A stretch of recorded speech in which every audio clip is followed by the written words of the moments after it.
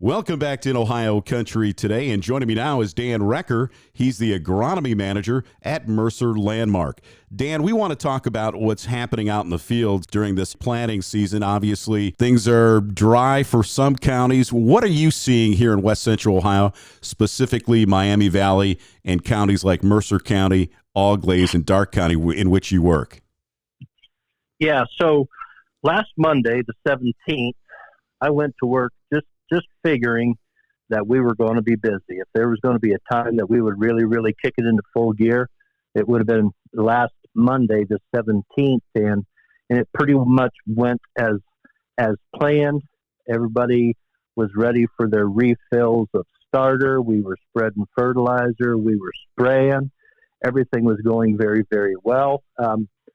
Actually, that whole first week of the 17th, the winds were calm. We had sprayers running. We had spreaders running, and things were going very well. We had a good opportunity to get our tanks refilled and our bins refilled. And so a lot of guys were just starting planning for the first time the week of the 17th. And there, the last of April, we had a chance to get some planting done. Now, that some of those acres that got planted were somewhat suspect. We were afraid that there was going to be some replanting.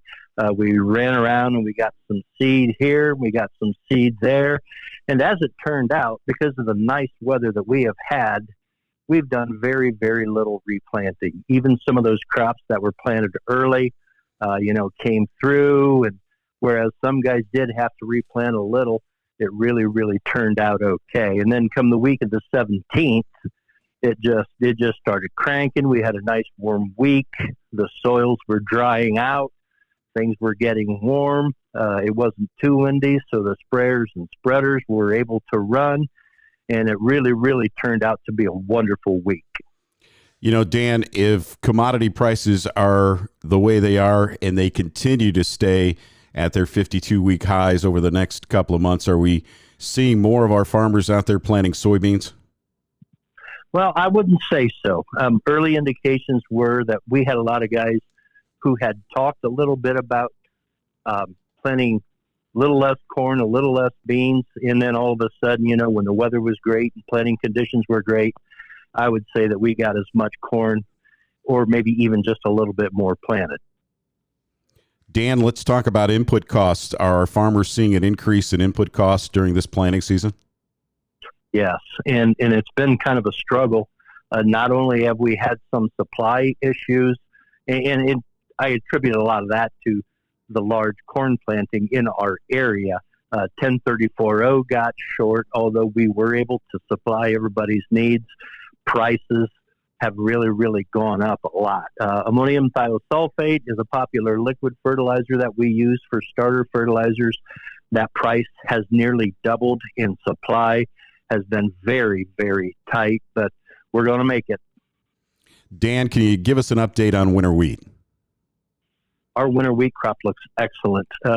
We're pretty much done flying on fungicides to battle head scab and some of those late season diseases.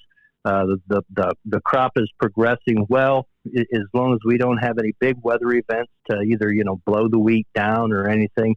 I'd say we're looking at an excellent wheat crop. Dan, of course, Mercer Landmark has a full range of agronomy services. Why don't you talk about those services, and if people want more information, where do they go? Most certainly. We supply many of our growers in our areas. We've got crop protection chemicals, micronutrients, fungicides, insecticides, just a lot of good services, good equipment, and good people to get all of those needs done. Dan Recker, agronomy manager from Mercer Landmark, has been our guest. Dan, thanks for joining us. You're quite welcome. I'm glad I could do it. And we'll be back with more In Ohio Country today, right after this.